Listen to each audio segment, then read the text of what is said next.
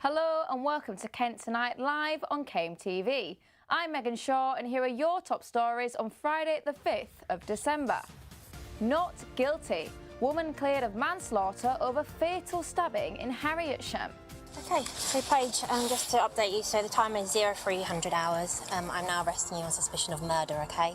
Redundancy worries as 85 jobs at risk at Chatham Docks. They are, skilled, high-paying jobs that looks like we're going to lose. And give a gift record broken as KMFM team received £19,000 for children this Christmas. And they remember receiving a toy either through Give a Gift or similar campaigns, and they, it had a wonderful positive impact on them.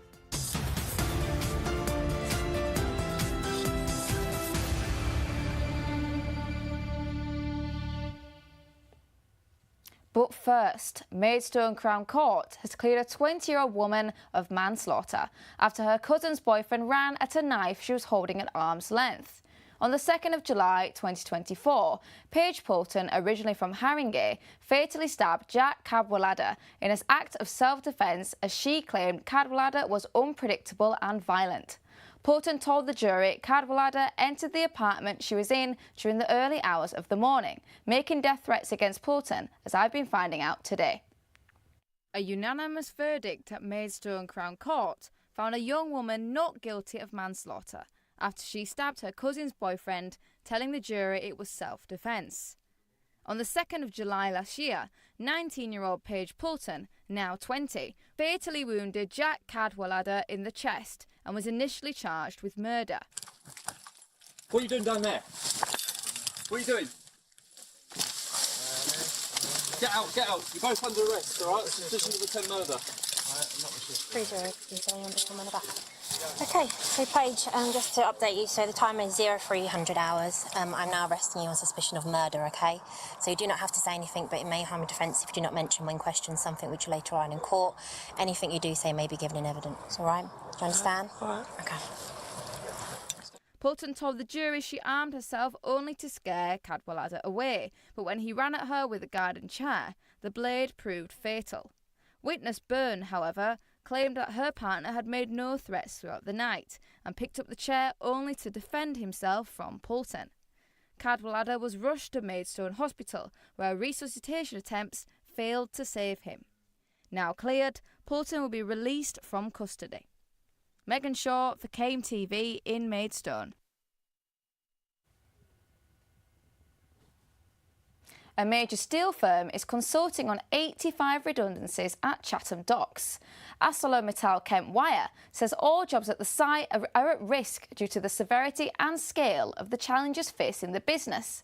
The site, earmarked for housing development, has become a political battleground in recent years, as our local democracy reporter Ollie Leader has been unpacking for us. Save Chatham Docks! Save Chatham Docks! Redundancies in the run-up to Christmas, that's what ArcelorMittal Kent Wire are consulting on ahead of pulling out of the site at Chatham Docks. It follows a long-standing battle with Peel Waters, who own the site and want to see it developed into thousands of houses, something which has divided Medway Council politically and as the planning authority, especially after the area was included in the local plan for the 5 towns' future housing. I really feel for the workers at Mittal. They are, skilled, high-paying jobs that looks like we're going to lose. And Mittal did make this very clear that if things didn't change, that they would seek to relocate the plant from Chatham. Medway Labour have got, in my view, got blood on their hands on this. In opposition, they supported the docks. In power, they haven't. All of this comes following a judicial review that's currently underway around the planning application, which was heard at the High Court at the end of October, though no ruling has yet been made. Obviously, this is a dispute between a private landowner and a business that's operating on that land at the moment. That's obviously subject to continuing legal discussions, but I know that the Medway Labour Group has tried to make sure that we got a good solution there under the previous Conservative administration, and unfortunately that didn't work in that situation. The threat of 85 redundancies comes during a difficult period for ArcelorMittal, the largest steel manufacturer in Europe, facing low demand and US tariffs. Though the companies say they're committed to a fair and thorough consultation process and will not comment further until that process is complete. Peel Waters say they have tried to work with ArcelorMittal and other tenants to explore relocation solutions for the last 10 years. But with dozens of jobs on the line, the political reverberations of this will be felt for years to come. Ollie Leader in Chatham.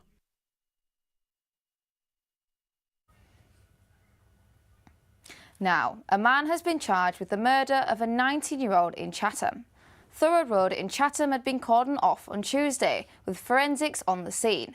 Now, an 18-year-old has appeared at Sevenoaks Magistrates Court as police continue to appeal for information that could assist their investigation. And our reporter, Naila Mohammed, has been following the story. So, Naila, you've been following the story. So what's the latest update that you have for us? So the latest update is that the detectives investigating the death of this 19-year-old in Chatham has charged an 18-year-old with murder. And this 18-year-old is Musa Hassan Saleh from London. And as I mentioned, he has been charged, and his next court appearance is going to be on Monday at the Maidstone Crown Court.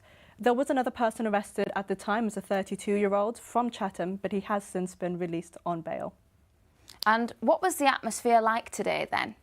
So residents told our reporter that while they hadn't heard anything, seeing the police and seeing the cordon very much was unsettling. I mean, the forensics team were there as well.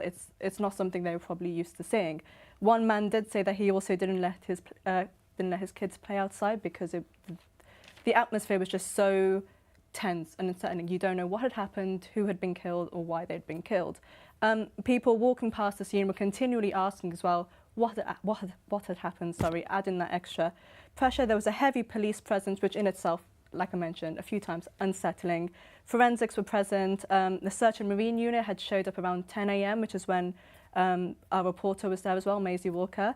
And they were there the entire time from like 10 to 4 that Maisie was on the scene.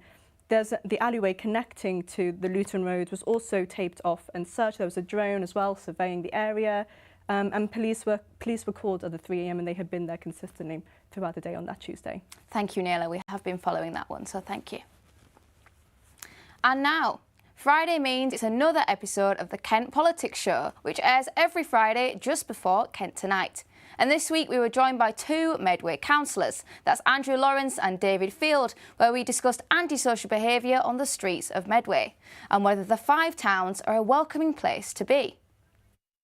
It's the question that we've all faced, I think, if we've worked or lived in Medway for a while, from somebody who's visiting the area. Is Medway a safe place? I believe on the whole it is. You know, it's great, the great Medway towns. We're all very proud of it. And on general, we do feel safe most of the time. And, you know, for instance, we see that serious crimes, violent serious crimes are going down. Medway is a safe place. You know, we get thousands of visitors coming to Medway. I've lived in Medway for many, many years. David, I know has as well. You know, I don't feel threatened. Chatham does have a PR problem. You know, you talk to people in Hempstead and Wigmore, which I represent, people don't go to Chatham by and by. They try and go in other places. I think we can reflect on 1 or 2 individual cases, but actually the overall picture on crime seems to be, you know, crime is coming down. David's absolutely right. Police numbers are a record number. We were talking to someone who had been a victim of a crime on the high street, and the first connection that he made between that crime to the flags, was he right to do that? In terms of what we're doing in terms of flags, flags are kind of a symptom of more coarse discourse, particularly racist discourse coming into a lot of the country. Now, we are proud to be British. I'm proud to be English. I was there very much when we lifted the St George's flag ahead of the Euros final that the English women won triumphantly. But we do know that sometimes people are using, unfortunately, these universal systems that we all are part of to try and divide. And so I do agree, actually, with the action that we've taken to remove the flags across Medway where they were put up. I 100% agree with all of that, except for the fact, of course, Medway Labour raised the Palestinian flag over Gunwolf last Friday. Well, it was the UN. Okay, let me just be very clear about this. That particular flag does not represent me. It does not represent my residents, and it is a flag that's been used to intimidate the Jewish community up and down this country. We are determined to stamp out all forms of racism and all forms of discrimination, and that particularly includes anti-Semitism. But we also know that many Medway residents have raised issues in terms of the Israel and Palestine conflict, and actually for many residents in Medway, the Palestinian flag is important. Now, it's time for a quick break. We've got a lot coming up. Our film presenter Chris Deasy is going to break down a major acquisition in Hollywood and explain what it could mean for us here in Kent, us film lovers in Kent. And our reporter Phil McDermott will have more about KMFM's Give a Gift campaign and how they managed to raise more than £18,000 worth of donations. And as we approach the weekend, we're looking at the weather, hoping it's not too rainy. And we'll see you after the break. Goodbye.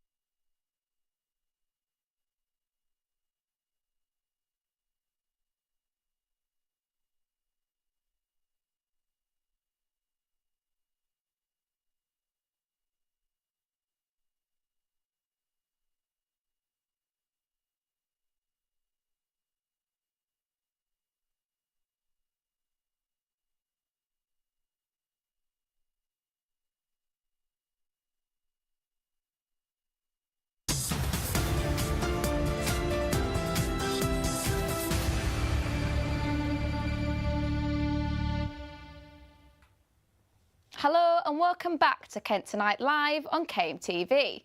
Back to our top story. Oh, sorry, that's not our top story. After losing at least £30,000 in lost business, a Tunbridge Wells hotel owner says he's facing a financial nightmare.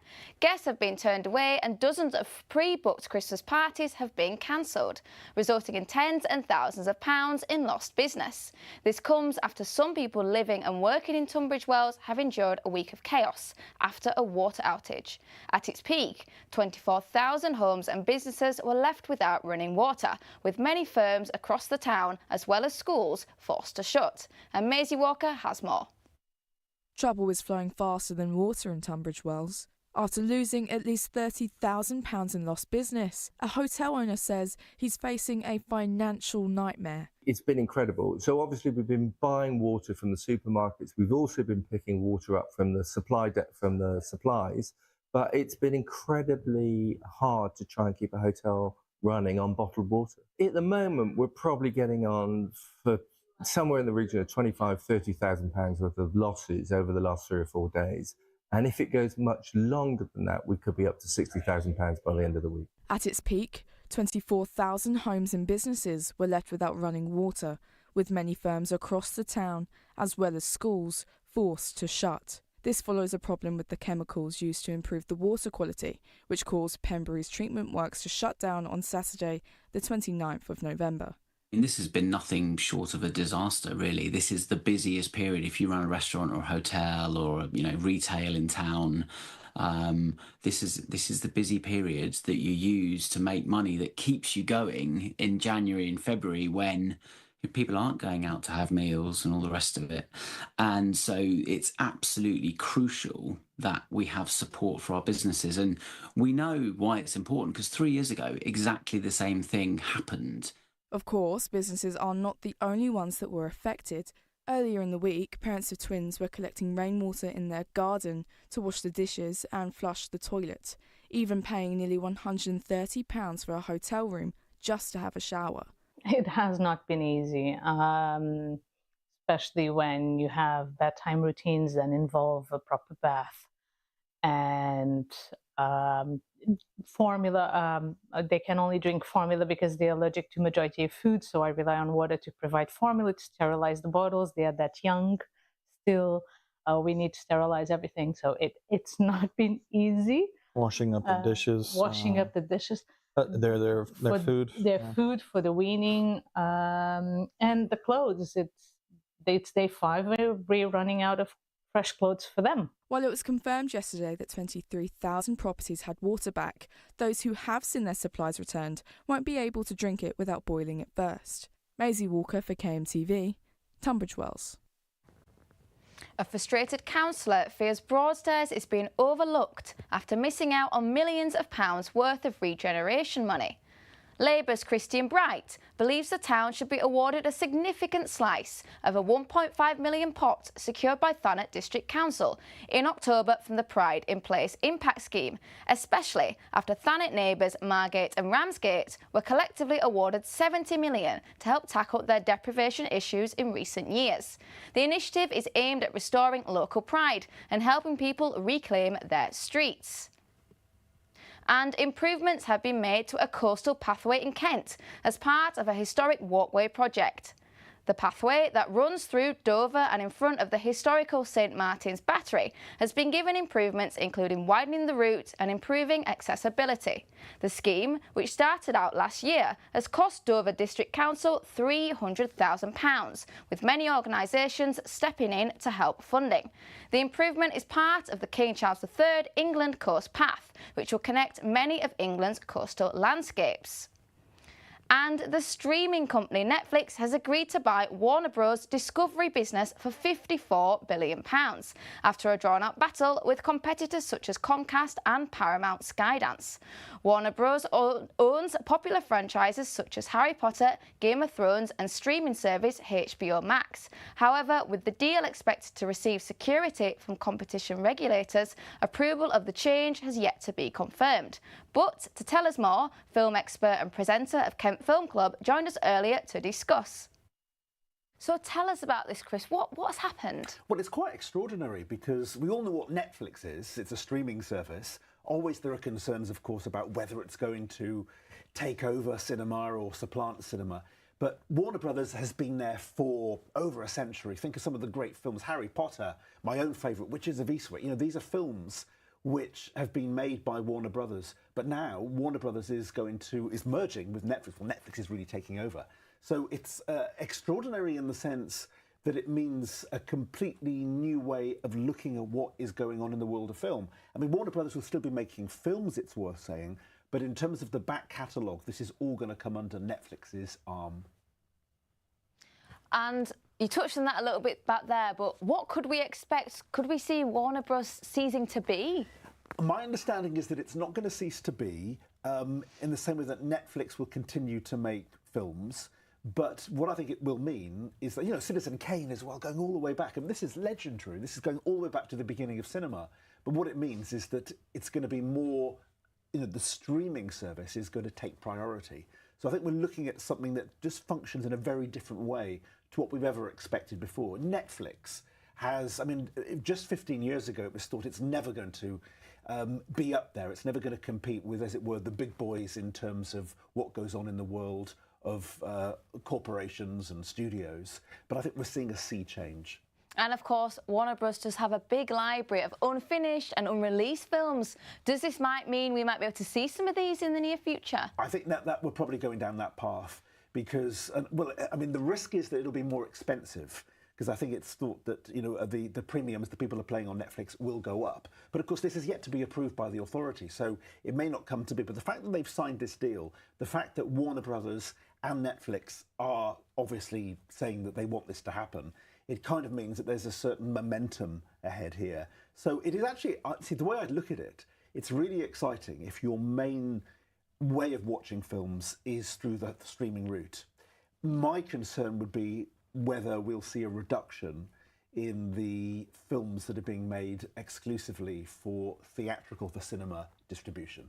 Yeah, I'm sure. With everything, there is maybe a little bit of a caveat. So are there worries it could lead to a monopoly at all, do you think? Well, I think that we're going down that path. Also, it's part of a general trend. We've seen that with Amazon as well in the past. I think we just have to accept that this is the new landscape. It's very different from the days when you'd have these big movie companies, these big studios. They would all be making films that would be released in cinemas. The market has changed, and this is a recognition of that need to adapt. Perfect. Thank you so much, Chris. And now the weather.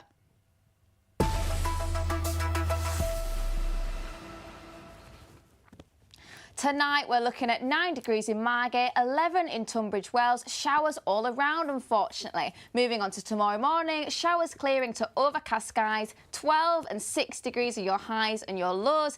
Into the PM, quite warm for December, 12 all around, rain's cleared up, which is always a good thing, overcast. And your outlook, rain on Sunday and Monday, nice and overcast on Tuesday, warming up by Monday 15 degrees, but 14 on Tuesday, again quite warm in December. And finally, over at KMFM, they've been taking in gifts from across the county for their Give a Gift campaign that aims to make sure every child has a gift this year, whether they are in hospital, care or in difficult circumstances. This year, they've managed to raise more than £18,000 worth of donations and were visited by members of a paramedic team and a recycling crew. Our reporter Finn McDermott went down to their office to see the buzz for himself. Now, it's beginning to look a lot like Christmas, but for some people here in Kent, that doesn't always look like how people might expect. For some, it can be a difficult time, so 4 years ago, KMFM started their annual Christmas Give a Gift campaign to try and make sure that no child would be without a toy in the holiday season. And this year, they've broken their previous records and smashed their £10,000 target, raising more than £19,000, plus at least £4,000 worth of toys, all going to children who need them most. So we're talking about children that are unfortunately going to be in hospital over Christmas. That is obviously an incredibly challenging time, and to be able to bring a smile to their face, we've been really lucky to meet children before who have previously spent time in hospital, or parents who were in hospital when they were younger, and they remember receiving a toy either through Give a Gift or similar campaigns, and they, you know, it had a wonderful positive impact on them. With the donations flooding in, Suez Recycling gave £1,000 towards the cause and went down for a tour of the studio. Now, the Give a Gift campaign is all about giving children who might be having a difficult Christmas a reason to smile. And as you can see, I'm sat inside the Suez Recycling bin lorry that they've brought down with them to the KMFM offices. And they've also brought £1,000 more money to the campaign. They say it's something they try and do every year, but that Give a Gift was particularly special. So our contract manager for Ashford, Ryan, heard about the Give a Gift campaign on the radio and gave me a call straight away to say that it was something he really thought we should get involved with. We try and do something around Christmas every year anyway, so it was the perfect timing, and all our crews and staff across our Maidstone, Ashford and Swale depots were really excited to get involved, and so we were really lucky to be able to raise the amount that we did. While many have donated money to KMFM's Just Giving page, others have brought toys to be given out, with one paramedic team bringing enough to fill most of their car. So last year at Paddock Wood, my missus here did their own competition or their own fundraiser in the last 2 weeks of November, and they raised about 40 gifts. So this year she wanted to make sure that it was more successful.